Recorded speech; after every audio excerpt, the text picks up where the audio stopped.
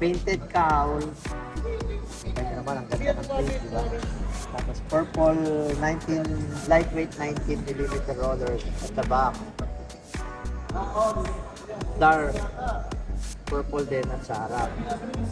Then, silver dampers all around. Silver dampers. High grade.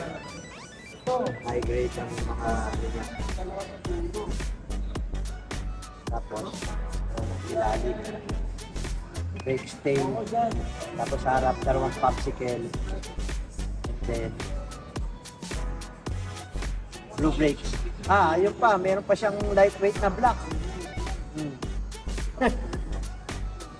Yan kasi ang setup ng magandang setup sa ano. Para meron sa ilalim para iwas. Yan pa. 4.2 hyper. 4 gear Hyper motor. hyper dash. Ay, 4.2. Yung pulaw. Pulaw.